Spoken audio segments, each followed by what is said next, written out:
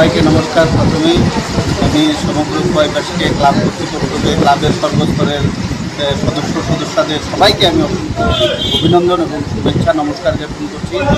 আমাদের এই ভারত কল্যাণ সংঘ আমাদের খোয়াইয়ের কয়েকটা সুনামধন্য ক্লাবের মধ্যে একটি।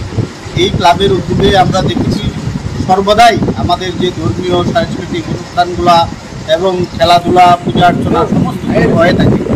এই ক্লাবে আজকে যে আমাদের এখানে লোকনাথ পূজা অনুষ্ঠিত হচ্ছে, আমরা দেখেছি এই ক্লাবে প্রায় গত 30 বছরের কাছাকাছি এই ক্লাবে এই লোকনাথ পূজা অনুষ্ঠিত হচ্ছে এবং আমরাও প্রায় প্রতি বছরই এখানে এই পূজার আনন্দ উপভোগ করার জন্য আমরা আসি।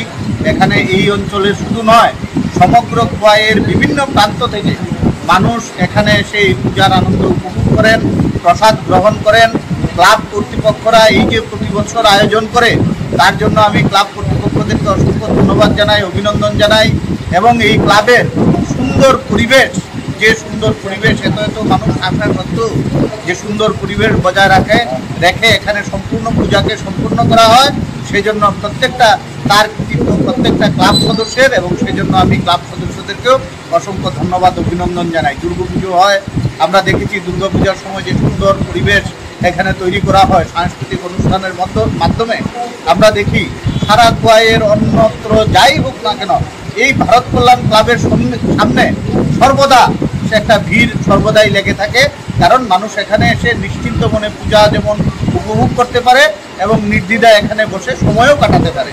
এই সুন্দর পরিবেশ ক্লাব কর্তৃপক্ষদের উদ্যোগে এই ক্লাবে সর্বদা আমরা বজায় থাকতে দেখেছি। আমরা এবারও প্রত্যাশা করি লোকনাথ পূজা আমাদের এখানে সুন্দরভাবে সম্পন্ন হবে।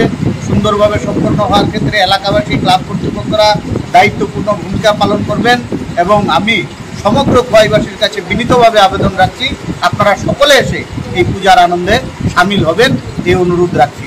এবং ক্লাব কর্তৃপক্ষের কাছে প্রতি বছর আমাদের সমগ্র খোয়াইবাসীকে এইরকম আনন্দ দানের জন্য আমি পুনরায় ধন্যবাদ জানাচ্ছি। নমস্কার।